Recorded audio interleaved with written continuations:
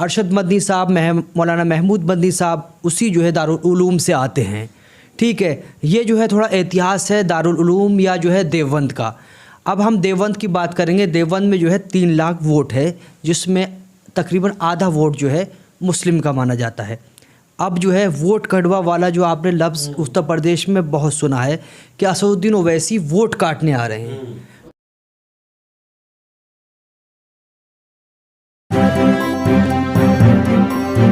Media voice, आपकी आवाज। उत्तर प्रदेश में विधानसभा चुनाव जैसे जैसे करीब आ रहे हैं, सभी राजनीतिक दल गर्मजोशी के साथ प्रचार प्रसार में लगे हुए हैं। हम उत्तर प्रदेश में जो पहला चरण है उसकी कुछ हॉट सीटों की बात करेंगे, जिनमें से एक सीट है सहारनपुर की देवबंद सीट। देवबंद सीट हमेशा चर्चा का विषय रहती है, वो इस वजह से भी क्योंकि दारुल उलूम जैसा मदरसा, एक बड़ा इदारा देवबंद में चलता है, जिसको लेकर लगातार सुर्खियां बनी रहती हैं। दारुल उलूम से बहुत सारी शख्सियत निकली हैं। दारुल उलूम इतिहास से जुड़ा हुआ मदरसा है, जहां से रेशमी रुमाल तारीख आपने सुना होगा, वो आज़ादी के लिए जो वहां से निकली थी, वो भी एक नाम जुड़ा हुआ है। इसके अलावा भी जब भी चुनाव आते हैं दारुल उलूम के नाम से देवबंद को जाना जाता है और देवबंद एक बड़ा चर्चा का विषय रहता है। अभी 2022 के चुनाव में दारुल उलूम देवबंद यानी देवबंद की क्या स्थिति है, देवबंद विधानसभा क्षेत्र में किस पार्टी का क्या जनाधार है, अलग अलग पार्टियों के उम्मीदवार अभी उतर चुके हैं, मजलिस का क्या वहां पर जनाधार है, इस पर हम बात करेंगे। क्योंकि मजलिस की बात करना इसलिए ज़रूरी है क्योंकि असदुद्दीन ओवैसी का नाम मुस्लिम वोटर्स के साथ जोड़ा जाता है और देवबंद में भी मुस्लिम जो है काफ़ी मुस्लिम वोटर्स जो है उनकी संख्या काफ़ी ज़्यादा है। इन तमाम बातों पर जानकारी के साथ मेरे साथ मौजूद हैं अहमद सलमान। देवबंद की हम बात कर रहे थे, तमाम जानकारियां आपसे लेनी है देवबंद को लेकर।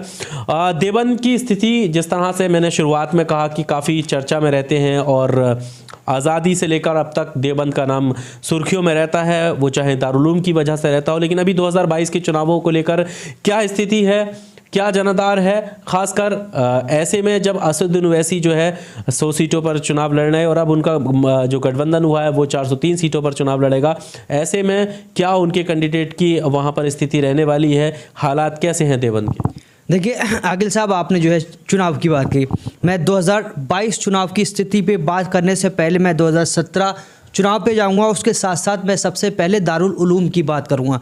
दारुल उलूम जो है एक बड़ा जो है मरकज़ और जो है उसको इंस्टीट्यूट माना जाता है, इंडिया नहीं इंडिया के बाहर भी, और वहाँ से बड़े बड़े लोग पढ़ के निकले। आज़ादी की जो जंग हुई थी उसमें भी दारुल उलूम का बहुत रोल था, बड़ा रोल था। अरशद मदनी साहब, मौलाना महमूद मदनी साहब उसी जो है दारुल उलूम से आते हैं। ठीक है, ये जो है थोड़ा इतिहास है दारुल उलूम या जो है देवबंद का। अब हम देवबंद की बात करेंगे। देवबंद में जो है 3 लाख वोट है, जिसमें तकरीबन आधा वोट जो है मुस्लिम का माना जाता है।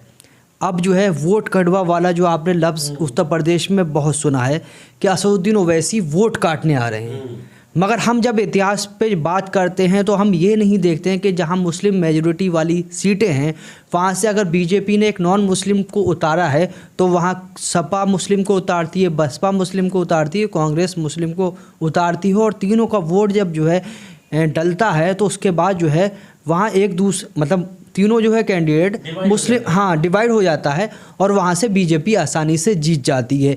यही 2017 में जो है मोदी लहर में हमने देवबंद में देखा। मगर यहाँ पर जो है सपा बसपा और कांग्रेस पे इल्ज़ाम कोई नहीं लगाता है कि इन्होंने आपस में जो है वोट जो है काटा एक दूसरे का, मगर AIMIM जहाँ जहाँ चुनाव लड़ने जाती है वहाँ वहाँ ये इल्ज़ाम लगता है कि AIMIM वोट काटने जा रही है। 2017 की बात करूँगा। 2017 में जो है मोदी लहर में ब्रजेश रावत देवबंद से चुनाव लड़े थे और जीते थे। इनको 43% मत पड़ा था, वोट मिले थे। दूसरे पे रही थी BSP, जहाँ BSP के कैंडिडेट थे माजिद अली, जिनको 31% वोट पड़ा था। तीसरे पे रहते माविया अली सपा से, जिनको 23% वोट पड़ा था। चौथे पर भुवनेश्वर त्यागी जो है रालोद से थे, उनको 0.48% वोट पड़ा था। अब माजिद अली और माविया अली के बीच में जो है मुस्लिम वोटों का जो है बिखराव हुआ, जिससे बीजेपी आसानी से जीत गई। अब यहाँ पर कोई इल्ज़ाम नहीं लगाएगा कि साहब फलां ने जो है वोट काटा। माजिद अली जो है बसपा से दूसरे नंबर पर रहे थे। अब मुआविया अली की बात करें जो तीसरे नंबर पर रहे थे। इस वक्त जो है जब टिकट दिया था सपा ने तो कन्फ्यूज़न था। कार्तिक राणा को टिकट दिया जो पूर्व मंत्री के जो है बेटे हैं, उनको टिकट दिया गया। फिर लोगों को जो है बहुत से लोगों ने कहा कि साहब मुआविया अली जिनकी जो हिंदू मुसलमान हर जो है लोग उनको अच्छे तरीके से देखते हैं, उनकी पकड़ है, उनको टिकट मिलना चाहिए था। फिर ये बात आई कि साहब मुआविया अली का टिकट हो गया, मुआविया अली नॉमिनेशन कराने जा रहे हैं। फिर एक प्रेस कॉन्फ्रेंस में अखिलेश यादव से पूछा गया कि भाई आपने टिकट किसको दिया है, तो उन्होंने कहा कि पहले वाले को दिया। पहले वाले मतलब कार्तिक राणा को टिकट मिला। कार्तिक राणा यहाँ से सपा के जो है उम्मीदवार हैं। ब्रजेश रावत जो मौजूदा विधायक हैं बीजेपी से, उनको दोबारा से जो है बीजेपी ने भरोसा जताया है, ब्रजेश रावत हैं। अब यहाँ जो है मुकाबला एक अलग दौर में तब गया जब AIMIM ने मदनी ख़ानदान से, मदनी परिवार से उमैर मदनी को टिकट दिया। उमैर मदनी जो है मौलाना महमूद मदनी के परिवार से आते हैं, उनको टिकट दिया, उनको चुनाव में उतारा। भाई मदनी परिवार का जो है उत्तर प्रदेश और इंडिया में तो अच्छा वर्चस्व है, और देवबंद जहाँ के रहने वाले हैं वहाँ भी अच्छा वर्चस्व है। वहाँ जो है उमैर मदनी को टिकट देकर AIMIM ने ट्रम्प कार्ड खेला है। कांग्रेस से एक जो है मुस्लिम कैंडिडेट हैं, कार्तिक राणा है जो नॉन मुस्लिम कैंडिडेट है, और ब्रजेश रावत। तो यहाँ से जो है असदुद्दीन ओवैसी और AIMIM को लगता है कि हम यहाँ से चुनाव जीत जाएंगे। मैं 2019 लोकसभा चुनाव की बात करूंगा जब इमरान मसूद जो है कांग्रेस के सिंबल पे थे, हाजी फजलुर रहमान सपा बसपा का गठबंधन हुआ था, तो जो है उस पर चुनाव लड़े थे। मैंने देवबंद में उस वक्त जो है रिपोर्टिंग की थी और लोगों से बात की थी, तो देखा गया था कि वो उनका एक मकसद था कि हमें बीजेपी हराना है। इमरान मसूद अच्छे नेता हैं, बढ़िया नेता हैं, मगर हमें बीजेपी को रोकना है, इसलिए जो है हमें सपा बसपा के हाजी फजलुर रहमान को वोट देना है। हाजी फजलुर रहमान के मुकाबले इमरान मसूद को वो अच्छा नेता बता रहे थे, मगर उन्होंने वोट जो है हाजी फजलुर रहमान को दिया। और कहा जाता है कि सबसे ज़्यादा जो है सपा मजबूत है उन एरियो में तो देवबंद में है। अब इमरान मसूद जो है टिकट मांग रहे थे सपा से टिकट नहीं मिला, और अब जो है पहले तो उनका एक वीडियो वायरल हुआ, अब उन्होंने सपा को समर्थन दे दिया और सपा के लिए वोट मांग रहे हैं। तो यहाँ पर 3 लाख वोट है, जिसमें जो है आधा मुस्लिम है, आधा नॉन मुस्लिम है।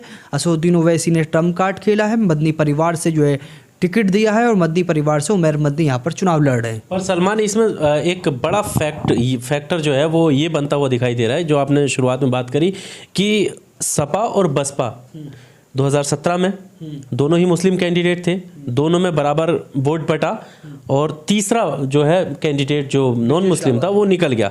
अभी क्या है, जो सपा का प्रत्याशी है वो भी नॉन मुस्लिम है, और बीजेपी का प्रत्याशी तो नॉन मुस्लिम है ही, सिर्फ एक कांग्रेस का और BSP का प्रत्याशी मुस्लिम है, यानी कहीं ना कहीं BSP से भी नॉन मुस्लिम है। तो कहीं ना कहीं अब असदुद्दीन ओवैसी के लिए ये फैक्टर जो है काफ़ी ज़्यादा फायदेमंद साबित होने वाला है कि अब कम से कम ये ऑप्शन उनके पास नहीं रहेगा। अब जो और कैंडिडेट हैं जो कहीं ना कहीं ये देख कर देते हैं कि नहीं, हम ये हमारा भाई बंधु है, इसे हम वोट दें, तो यहाँ पर सीट निकलने के चांसेस हैं। अच्छा, जैसे मैं अब आपने जो है जातिगत बात करी और मैंने भी बात की, अब बहुत सारे लोग हमारी ये वीडियो देखते होंगे तो ये बोलेंगे साहब जो है आप कास्ट पे बात कर रहे हैं, आप रिलीजन पे बात कर रहे हैं। उसकी बात करना इसलिए ज़रूरी है क्योंकि उत्तर प्रदेश में देखा गया है, जनता जो सोचती है, जनता जो है वो विकास पे, वो काम पे वो वोट नहीं देती है। हर कोई जो है अपने आप को दिखाता है कि मैं इस कास्ट का नेता हूँ, अपने आप को कास्ट पॉलिटिक्स ज़्यादा है, रिलीजन पॉलिटिक्स ज़्यादा है जो दिख रही है। तो जो दिख रहा है हम उस पर बात कर रहे हैं। तो अब AIMIM ने टिकट दिया, उमैर मदनी को मजबूत है। अच्छा, मैं बात करूंगा AIMIM का संगठन भी जो है सहारनपुर ज़िले में मजबूत है। सहारनपुर देहात से जो है मरगूब हसन को टिकट दिया है, बेहट से चुनाव लड़ रहे हैं। और अभी हमने जो है 2 रैलियां देखी थी असदुद्दीन ओवैसी की, जो एक पहली सहारनपुर देहात में हुई थी और दूसरा जो है बेहट में हुई थी। दोनों ही जो है विधानसभा पे बहुत सारे जो है जनसभा में पब्लिक आई थी और असदुद्दीन ओवैसी को अपना नेता मान रही थी। वहाँ पर कांग्रेस का जो है गढ़ इसलिए बना कि इमरान मसूद वहाँ पर जो है थे, और इमरान मसूद ने बेहट से और सहारनपुर देहात से अपना कैंडिडेट जिताया था पिछले जो है विधानसभा चुनाव में। बेहट से जो है इमरान मसूद खुद हार गए थे, और दूसरा जो है वहाँ सपा का भी गढ़ माना जाता। अब AIMIM ने पहली बार देवबंद पे उतारा है, तो जो समीकरण दिख रहा है, जो समीकरण हमारे सामने दिख रहा है, उससे जो है उमैर मदनी जो AIMIM के कैंडिडेट हैं उनकी जो है राह आसान दिख रही है। मगर यहाँ पर जो है एक चीज़ लोग वहाँ के जो हमारा फीडबैक मिल रहा है उसमें ये भी मानना है कि उमैर मदनी अभी अचानक से जो है AIMIM ज्वाइन की और उनको टिकट दिया गया, तो वो मानते हैं कि उमैर मदनी जो है पहले से जो है ग्राउंड पे नहीं थे, अचानक से जो है AIMIM ने टिकट दिया। अब असदुद्दीन ओवैसी की बताया जा रहा है कि 10 फरवरी के बीच में एक वहाँ पर जनसभा, वर्चुअल रैली या फिर जो है पैदल यात्रा जो उत्तर प्रदेश में इस वक्त कर रहे हैं वो पैदल यात्रा होगी। तो देवबंद में अभी तक जो है 2022 चुनाव में जहाँ जहाँ जनसभा करी हैं तो उसमें सहारनपुर ज़िले में जो है सहारनपुर देहात विधानसभा पे और बेहट पे विधानसभा पे उन्होंने जो है रैली करी थी। अब देवबंद में वो जाएंगे, अब देवबंद में किस तरह का रोल रहेगा वो जो है देखने वाली बात है। वैसे आपको कहूँगा कि आप भी जो है देवबंद गए थे, आपने रिकॉर्ड किया था, तो उस हिसाब से आपको क्या लगता है? बिल्कुल सलमान, आपने जो तमाम जानकारी दी और जहाँ तक मेरा एक्सपीरियंस है, क्योंकि जब हम देवबंद की बात करते हैं तो दारुल उलूम अपने आप में वहाँ पर जुड़ जाता है, लेकिन दारुल उलूम के लिए मैं पहले ये बात बोलना चाहूँगा, क्योंकि दारुल उलूम के लोग अभी भी, जैसे होता है कि एक पक्ष में होना, ऐसा कुछ नहीं है। दारुल उलूम भी उनके जो लोग हैं वो भी, जिन लोगों से हमारी बात हुई, वो भी सिर्फ वैसे ही वोट करेंगे जैसे आम व्यक्ति। वो नहीं चाहते कि वो किसी भी पार्टी के साथ जुड़ें, पहली चीज़। दूसरी चीज़, मैं उस पर बात करूंगा जो हम फैक्टर बता रहे थे अलग अलग, चाहे वो जातिगत हो, जो समाज को लेकर हम बात कर रहे हैं। हमारा मकसद यहाँ पर कहीं पर भी ये नहीं है कि कौन सी जाति के वोट किसको जाए, कौन से समाज का वोट किसे वोट करे, बल्कि हमारा यहाँ पर दिखाने का ये मकसद है कि जनता किस तरह से सोच रही है, जनता के मन में क्या है और किन चीज़ों को ध्यान में रखकर वो वोट करेगी। ये हमारा दिखाने का मकसद नहीं है। हम नहीं चाहते कि हमारी वीडियो को देख कर के लोग ये समझे कि हम चाहते हैं कि को वोट करें या ना करें। वो आपका अपना पर्सनल रिव्यू हो सकता है, अपना ओपिनियन हो सकता है।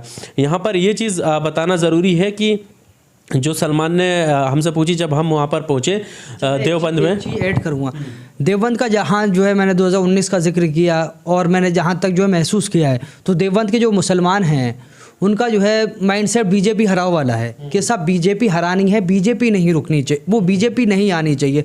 तो उस माइंडसेट अगर चुनाव में इस वक्त भी चलता है तो कहीं ना कहीं जो AIMIM को राह आसान नहीं दिख रही है।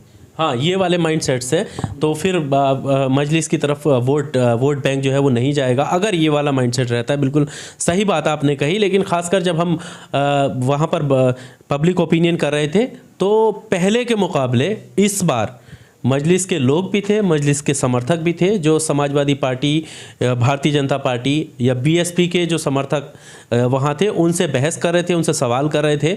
और वो एक मतलब कहीं ना कहीं कहते हैं ना कि लड़ाई में आ जाना, वो उस तरह की मौजूदगी उन्होंने वहाँ पर दर्ज कराई। तो ये हमारा पूरा एक ओपिनियन है। वो ये ओपिनियन हम इसलिए दे रहे हैं कि हम जहाँ पर जाते हैं और उनके वहाँ एरिए के जो हालात हैं, जो मुद्दे हैं, जो लोगों की समझ है, जो सवाल हैं, उससे हम ये पता निकालते हैं, उससे ये समझ पैदा करते हैं कि यहाँ पर माहौल जो है किस पार्टी का कितना है। वही हम बात असदुद्दीन ओवैसी को लेकर इसलिए कर रहे हैं कि पहले के मुकाबले जो 2017 में पार्टी को लेकर लहर या उनकी बात नहीं होती थी, आज उनकी बात हो रही है। हारना या जीतना, वोट या कितने वोट आएंगे कितने नहीं आएंगे, ये बात की बात है, लेकिन हालात जो हैं वो हमने आपके सामने रखे।